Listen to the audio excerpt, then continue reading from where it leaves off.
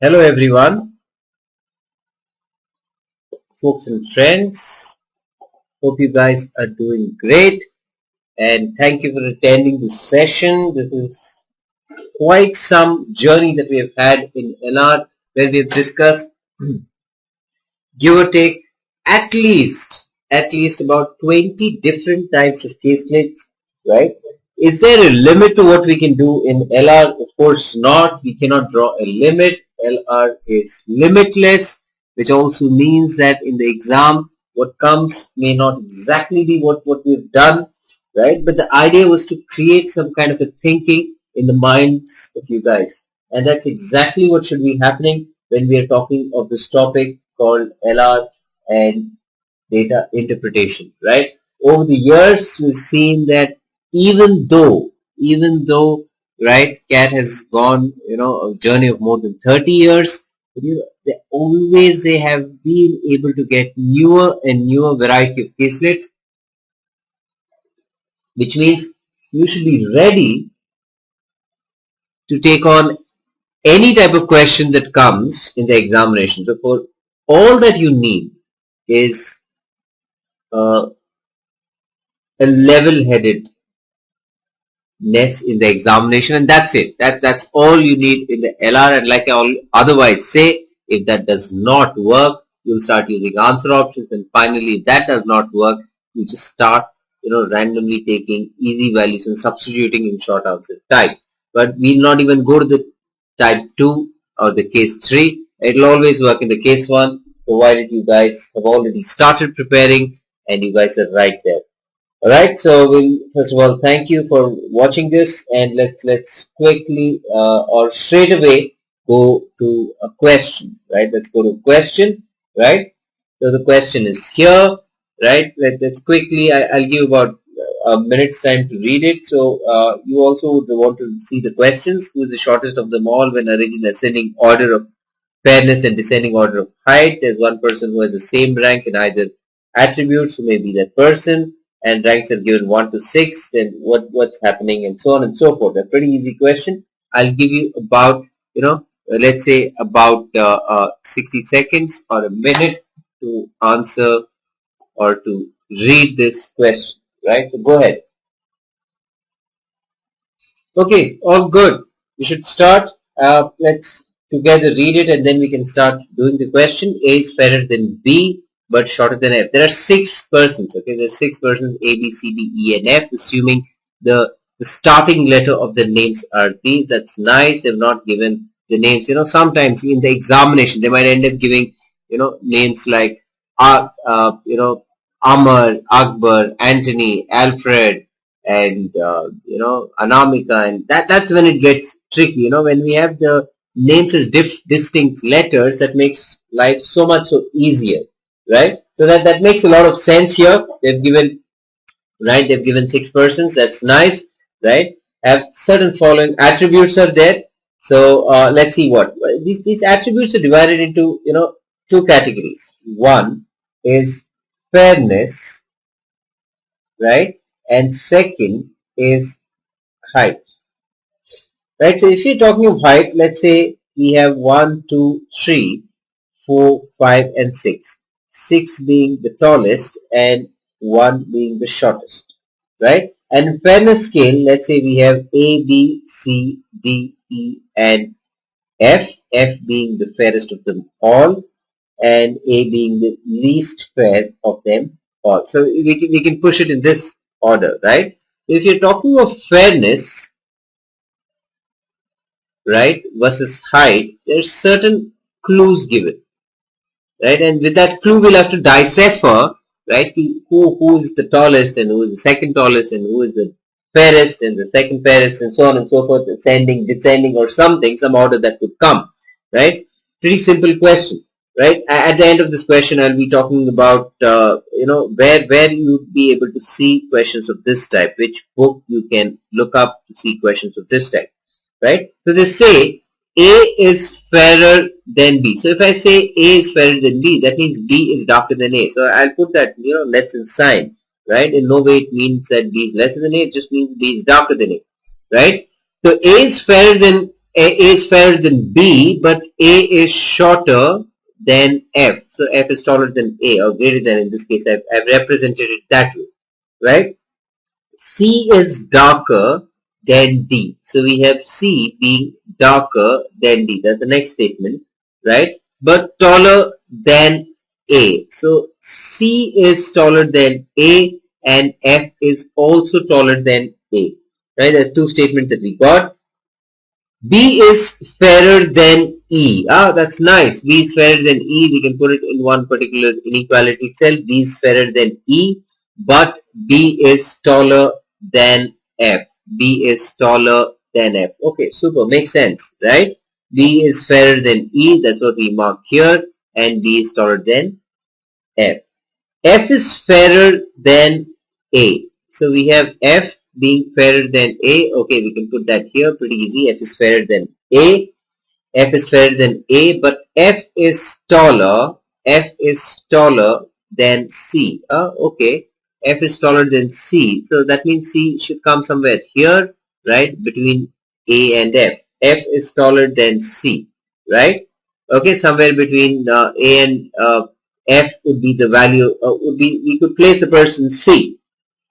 E is fairer than C, right? E is fairer than C, but they also say that E is shorter than C. So E is shorter than C. E is shorter than C. So what have you noticed, right? We have noticed that, we have B, then we have F, we have C, right? And below C it could be A and E. We don't know in which order. Okay, let's look at the last statement. That's the sixth statement. D is darker than E, right? D is darker than E. But then that we know D is fairer than C. So that automatically means, because D is darker than E, after E, D is darker than E. So after E we should place D, and then we know that C would be the darkest, something like this. And then we know in the beginning, in the fairness scale, that's A and F, or F, A, B, E, D, C. That's the descending order, right? So we can place the fairness scale. That's pretty easy. We have F being the fairest of them all. A next, followed by B. We have E. We have a D, and finally we have a C. That's the fairness scale. That's pretty simple. But the last statement says D is darker than E, but D is also shorter. D is also shorter than E. Now this throws up a lot of cases here, right? But we know for sure that B would be the tallest, followed by F, and then we have C. Now what happens after that? If we take the rank 1, 2, and 3, or the shortest, right? The second shortest and the third shortest, right? Now we are looking at these three guys, D, A, and E, right? We could place A at position 3, and we can have a D and E. We cannot have an E at position 2, position 1, right, and D at position 2, because we know that D is shorter than E, right? But then the position of A could change. We could have A at position 2. We could also have A at position 3, because invariably we know that A is only shorter than C. There's nothing between D and E that we can decipher here. But then in the case number, we had the case number 1, the first case, the second case, and the third case. In the case 1, we have like the shortest is D, followed by E, followed by A. Next one we have D, then we have A, and we could have an E. And here we can have the shortest, that is A, followed by D, and then E, right? That's how it is. That means 3 different cases that we can pull here. Very simple, does not take time to solve questions like this. Let's now look up to what's happening, right? Quickly, let's look up for the questions, right? We know that we have a height order, right? So the first question, who is the shortest of them all? So you guys got it. The question is simple. This part, the fairness scale, it is easy to map. The height, there's a little bit of confusion because the 3 is not given, but then we can pull out these 3 cases, right? Okay, so this is what is going to happen in the examination. Pretty simple stuff, right? Who is the shortest of them all? So if you're talking of the shortest, right, that means height of 1. Can we find out? It could either be D or A. We cannot actually sit and find the answer, so the answers cannot be determined, right? When arranged in ascending order of fairness, right? When arranged in ascending order of fairness and descending order of height. Ascending order of fairness, right? Ascending order of fairness, that's this, right? This is the ascending order of fairness, right? C, D, E, B, A, F, and descending order of their height. So descending order of their height, if we take that, right, we'll have B, we'll have F, then we'll have C, and then we have the confusion, right? This could be a D and or an A, it could be a D or an A or an E, and this could be a or E. So we don't know, right? Descending order of their heights, this is the height case, and the fairness is already there, right? Then what are they asking? Then who has a rank? There is a person who has the same rank in either attributes. Who may that person be? And they say, okay, there is one person who's having the same attributes, right? There's one person who has the same attributes, right? Who could be that person, right? Okay, so you look, say same ranking, okay? B does not have the same ranking, nor does F and D, nor does C and E in the position number 3. Position number 4, again, we don't have, but look at the position number 5, right? That's corresponding to this. We have an A here, again there's an A here. There's no other place where we have the same thing, right, twice. We have nowhere where we can account for this. So that means A is the person in context that we are looking for. If the ranks are given from 1 to 6 after arranging these people in descending order of height, 1 to 6, right? Descending order of their height, right? So 1 would be like this. Okay, this would be 1, this would be 2, 3, 4, 5, 6. That's your descending order of height. That's pretty simple, right? And fairness as well. So if you're talking of fairness, nothing will change. If you're talking of fairness, right, 1 corresponds to descending order. Since we're talking, that would be F A, F A B, E D and C. Well. Okay, that's the fairness, right? Then what's the question? The question is, then the corresponding ranks are added. Who has the highest total? Now, if you're talking of, let's take one by one. So we have these 6 persons. A, let's start with A, right? A has a rank 2 here, while in the other case, A can have a 4 or 5 or 6. Now we don't know what's A. So it could be a 2 plus 4, which is 6, right? It could be a 2 plus 5, which is 7, or 2 plus 6, that is 8. So A can have varied ranks, while B will have only a 1 plus 3. You notice here, B has a 1 and B has a 3. 1 plus 3.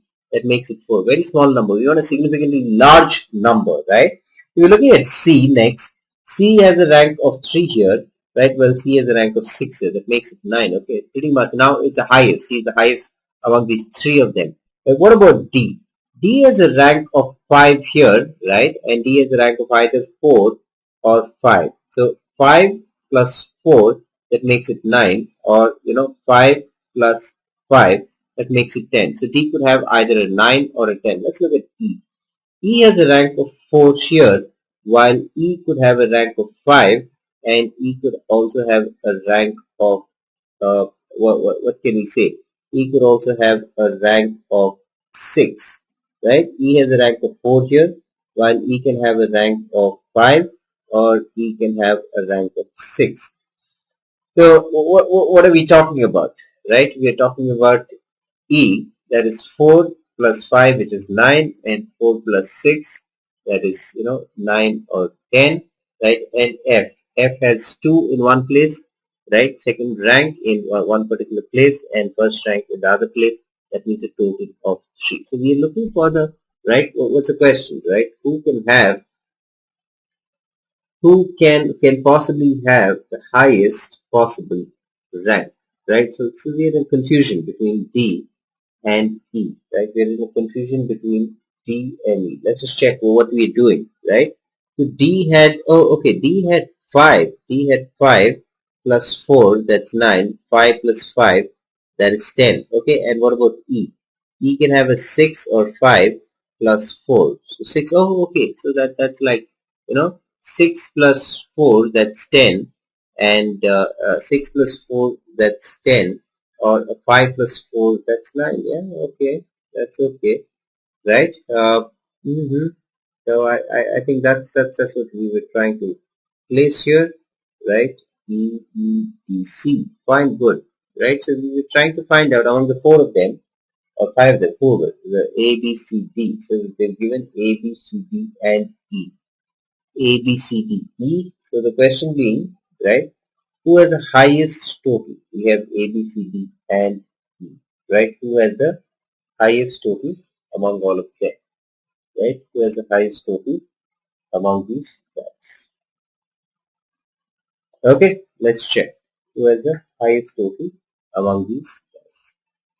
Alright, so coming back to the question, that's pretty simple. If the ranks are in ascending order, you would notice, right, so sometime back I had written for D as, you know, rank number 4 or 5 in terms of height, but it could be 6 as well. So the answer is automatically going to be D, right? That makes sense, huh? Super.